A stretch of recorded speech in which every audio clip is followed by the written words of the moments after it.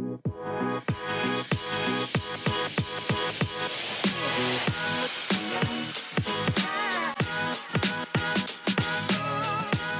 are the Stop Wearing My Clothes podcast. I'm Kayla. And I'm Amy. One podcast. Two sisters. This is episode number 28, Bachelor Recap Week 5. And we need to specifically plan out this because I have so much to say just on the Gabby one-on-one that it might take up the whole thing. So just keep that in mind as we move through all these different things that happened this week. All right. Starts off with a one-on-one with Bachelor news. Bachelor news. Do I want to do Bachelor news first? You know what? I'm going to be a little crazy. We're going to do Bachelor news at the end. So keep listening because it kind of has. I have something to say, but it kind of pertains to this episode. Okay. So one-on-one with Serene. It was lovely. Yeah, I thought it was sweet, but I didn't really see that much fireworks or chemistry. I don't either, especially when you see him with some of the other ladies. It's just there's something missing there. I think she'll still stay a while, but I don't think. I mean, I don't know. I don't think I was kind of thinking about this because he's been giving roses to like everyone on a date, and so it's just like I wonder if he even has the cojones to like send someone home. I feel like as long as they tell him some story that's deep and personal and that they have fun together, then he's like, you deserve a rose. No, and some of the things he says kind of bothers me. I've actually wrote this down of like, he always says like, thank you for sharing this with me. I know they have to be like kind of, so many people share stuff with you, you probably run out of things to say. But one of the things he also says, like whether it's to the person or in like a interview, is I love what I'm seeing out of you. Like almost, I don't know, there's something about that sentence that rubs me the wrong way. He specifically said that to Serene, and I've noticed in the past couple weeks he's said that to a couple of girls and like in interviews. Does it bother you? It bothers me. It doesn't really seem very personal. I would say that that's, in general, most of his responses don't seem very personal. Because I was thinking last season, I think it was Katie. Katie was a magical responder. When people poured their heart out to her, she said exactly what you should say. Katie, I miss Katie. Those were the days. Hopefully you get going from that to thank you for sharing. And just kind of like, thank you for trusting me and stuff, versus like you're not even really speaking to what they're saying to you at all. I know. Thank you for what I'm seeing out of you. I don't know. It's just weird. I don't know. Yeah. I'm not a fan. I did have one thing from that date. Have you ever had an ice cream man fantasy? No.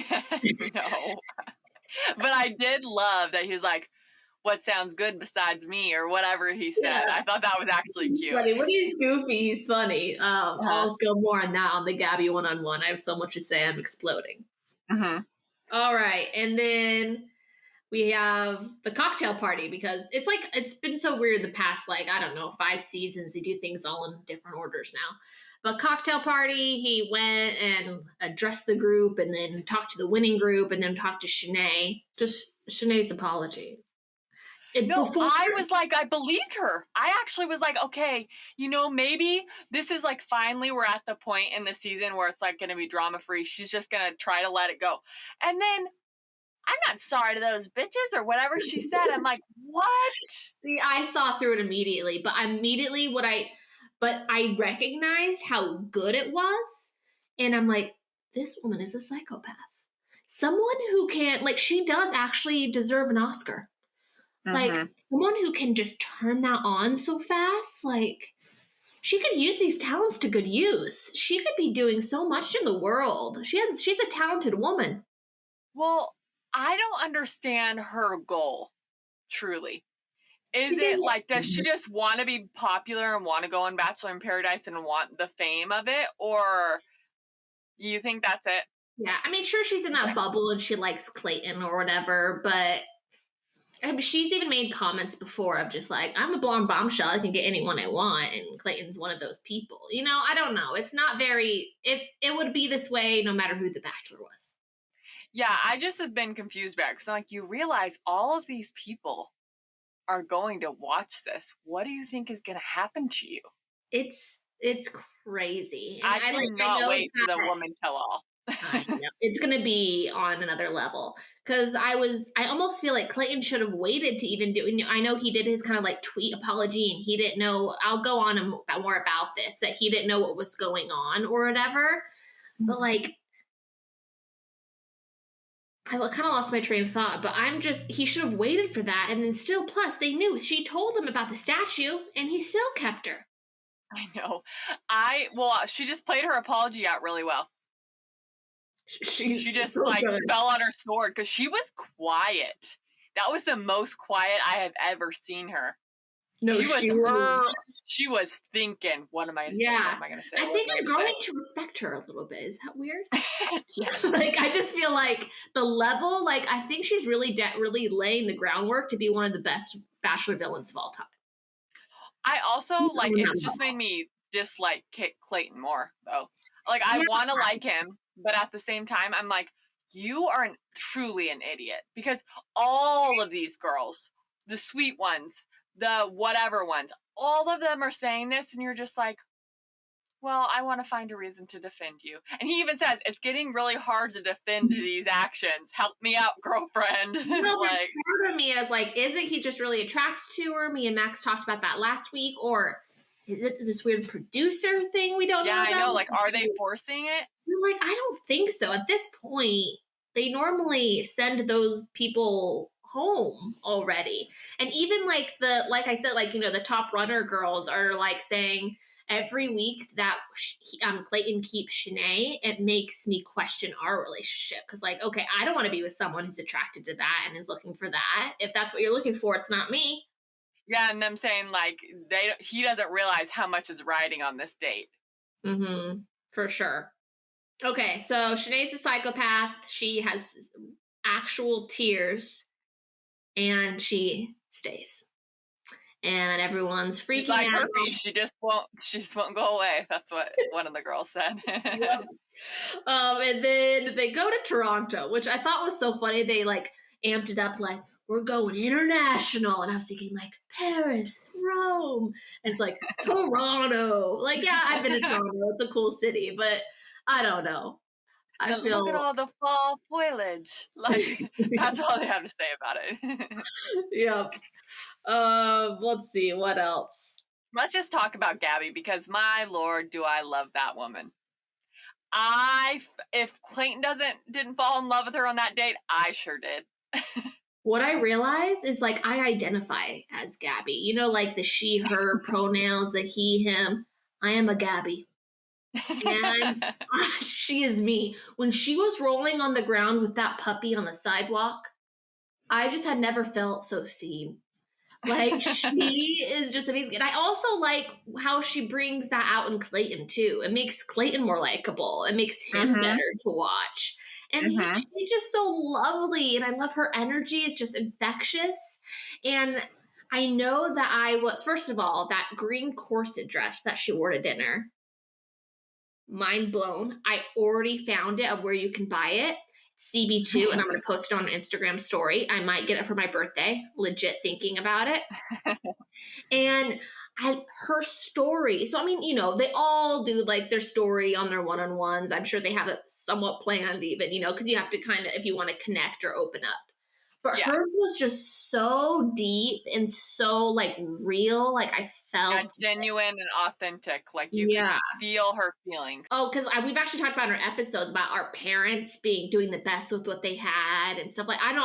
Everything she talked about her mom and feeling how to receive love. I'm not saying that directly towards my mom or anything like that. It's just everything she said. I was just like, and how she meant, you know, going to therapy, which can be a thing. As you know, on national television, there's still a stigma in certain places and certain people.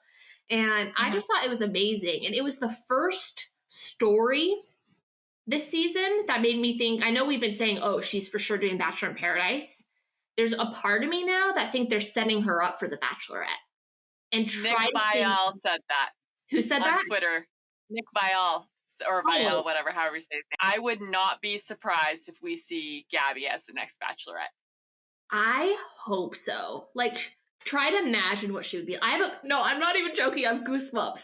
Try to think about what type of season that would be. I've just been so I've been just so disappointed by this season. I'm just so excited if that's about to happen.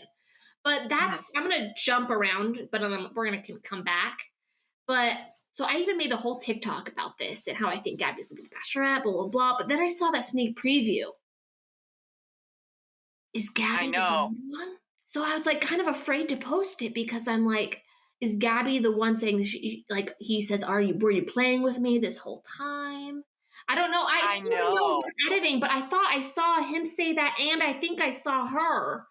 Okay, I feel that way too. But what if it's like something he says to Shanae, or something he says to? They are being tricky this season. Wow. They're like acting like they're showing us so much, but then every time you're like, wait, no, that can't be that, or no, this can't be this. But I will say it does seem like something happens with Gabby that's not just ordinary. When it's like the nighttime walking around cameras, the way that showed it, that's never like a normal thing. Yeah. The only thing is, like, yeah, Nick Viall saying the same thing as me, but like the only thing that could really fuck it up is if she becomes like a surprise villain at the end. But I don't think so. No, Gabby wouldn't do this to us. What if he just says he loves her and she can't do it. Say it back or something, like doesn't see it with him, or I don't know what it could be, but maybe it's not like villain, maybe it's just like not what he wanted to hear. Yeah, that's but true. He gets pretty mad though, so I don't know. I feel like he's the type of guy it takes a little bit for him to get all revved up. Like, he didn't even really get mad at Cassidy, and she was going real weird. Yeah, for sure. I mean, that was the beginning, though, so I guess he has more, but you don't really know how he will react when his heart's really in it. Agreed. Because he loves all three of them at the end, and she's one of them for sure. Yeah, she's the only one I for sure matched the dresses. Probably Rachel too, but I can't fully figure out the third. Yeah, Rachel, and then it almost seems like maybe Susie. Maybe, yeah. But that's what I'm thinking. Surprised me that Sarah's not that top three if she's not. Who? Sarah. She's the only one who I thought might get there too.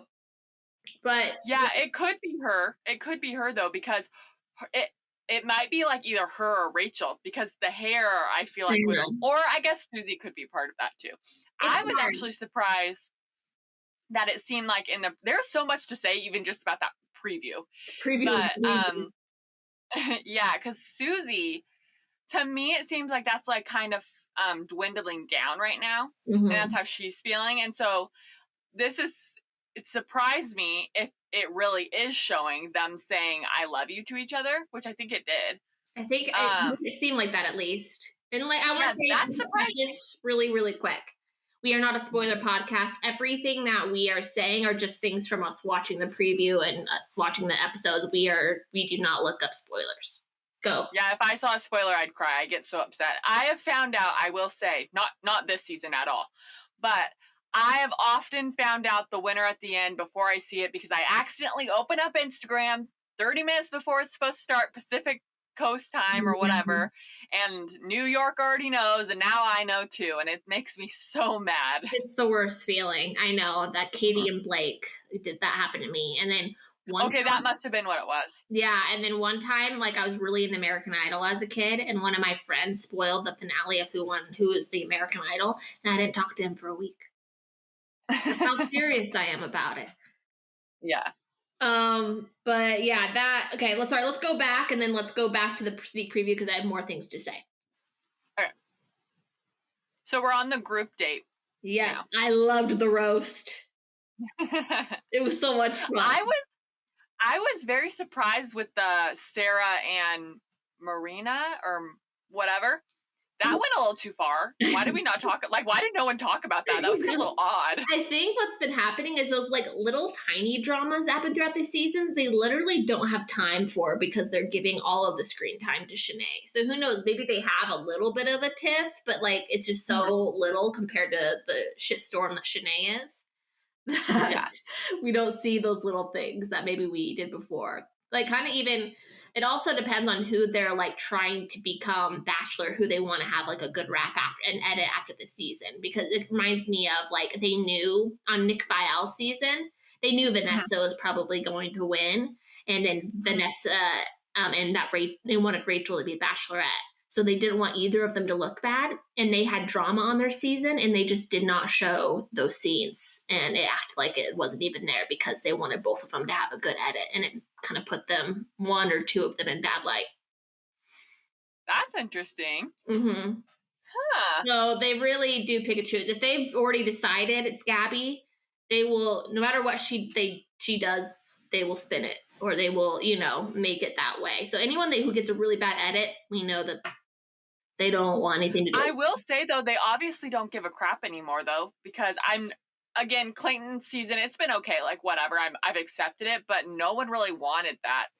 I'm still so shocked. The marketing execs at ABC, you need to give me a call. Let me help. I will help you choose each one, and it will be a very successful season and make you money. Let's see. Rachel and Clayton. Oh, go ahead. Well, I just want to say one thing, too. But, this happens next. So I just truly still don't understand. Maybe you could tell me. Why is it Genevieve and Shanae? Like, I know that Genevieve was a little more outspoken, like, a while ago. But that's so mean. Like, why are they even making this be? I know they have to do a 2-on-1, but it's like they didn't even really have a good person to do it with. It only would have been good if it was Elizabeth because that would have made sense. I think Shanae has like a doozy ready for her though. Sorry, it's like doozy twice in one episode. It's kind of fun.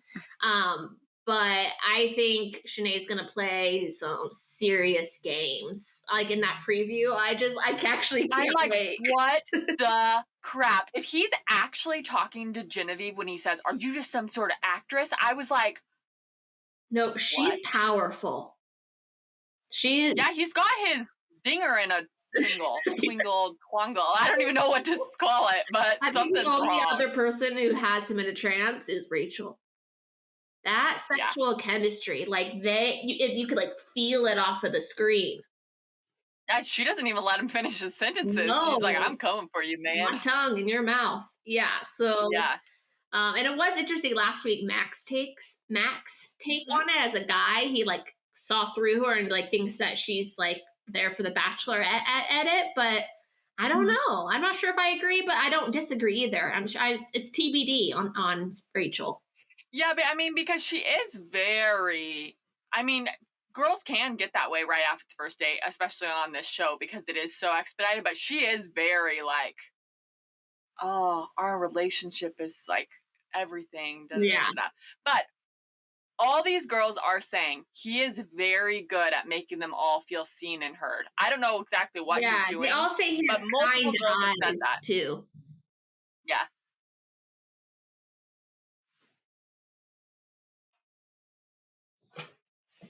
It could also be that he just doesn't. I don't think he has a player vibe at all. No, if anything, he's more dweeby, which to me, that actually works for me too. So I get that. It's like, you would never hurt me. You are so sweet. I'd be afraid to break his little heart. Yeah.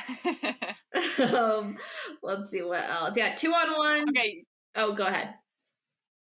No, I think that was it. You're right, because it was the group date, and then it started the 2-on-1. And then Rachel got the group rose, and that happened. And then we got the 2-on-1 in Niagara Falls. It's a very dramatic spot for a 2-on-1. It reminds me of like when they leave like Olivia on an island, or on Ali Fadowski's season where they leave the person on an iceberg and fly off in a helicopter. I think there's going to be that moment, and I'm so excited. Oh, especially if it's Shanae. If anything, they might. I feel like Shanae's done after this episode. I have to believe there's that. No way he's keep her. But I could imagine them both leaving. Okay. I also someone wrote this on Twitter as well. If Clayton doesn't sleep with Shanae, this whole thing was pointless. I don't know what that means, but that's what it says. Well, and also, why is she a Chihuahua all of a sudden? Where does she come up with this crap? It's so rude. I almost wonder if it's like a racial slur. Like, is she is Mexican or Spanish or something? And it might be that. Well, freaking watch out if that's what it means, because you can burn in Bachelor for crap like that. Yeah, that's like the only thing I thought of, which I don't know if that says to me if it's something bad, but I don't know. I was trying to think of where she came. Well, I got that from. Taco Bell Chihuahua. I feel like that. Taco Bell Chihuahua. I don't know. Her face. She has a prominent nose. Maybe it's that. But I don't think she looks like a Chihuahua at all. No, I don't think so either. I'm just trying to get into the devil's mind. Yeah, but like you would be weird to not be nervous about a 2-on-1. That's awkward and weird. Especially like that's not like psycho manipulator. Well, and did you hear? I wrote it out. I said it over and over again. I practiced. I know exactly how this date's gonna go. I'm like, when Clayton sees this, he is gonna feel like a freaking idiot. She's scary. She could take me down, man. No, I think I was thinking about how I would respond if Clayton asked me like a bogus question that obviously came from Shanae. Obviously this would be hard to do because you want to stay and you want to be with him, and like he doesn't know her that well yet, Genevieve. But I would be like, I'm sorry, but with all that you've heard about Shanae, why is she the one that you're believing? I have no idea where this story came up. And also, why didn't anybody tell Clayton that she said that about Elizabeth's ADHD? Like, no one really brought that up, and that was probably what would have really actually made her leave, because it seemed like that was why Clayton said it on Twitter early, because I think he really wanted to defend that if he would have known that, it would have been a different situation. Do you know the aftermath of that tweet? Oh, did he not say it right? So, let me get it up on here because I want to say it right. Lindsay. Do you remember Lindsay? She just went home this episode. Yes. Yeah, I know exactly who she is. Yep. She was friends with Elizabeth. She 100% told him about the